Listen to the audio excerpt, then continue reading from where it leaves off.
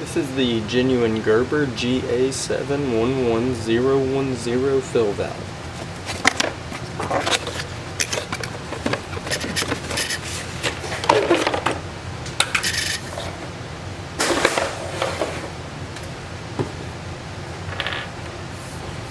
This fill valve comes complete with the nut and gasket to secure it to the tank, the replenish tube here.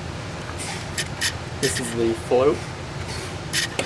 It also comes with the nut and washer for the supply line, if you have it. Let's get a few measurements here.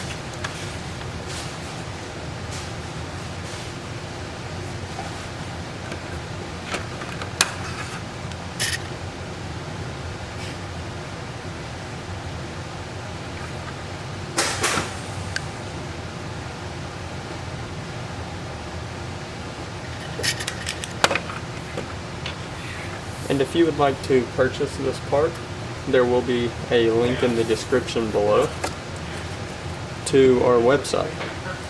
And once again, this is the genuine Gerber GA711010 fill valve.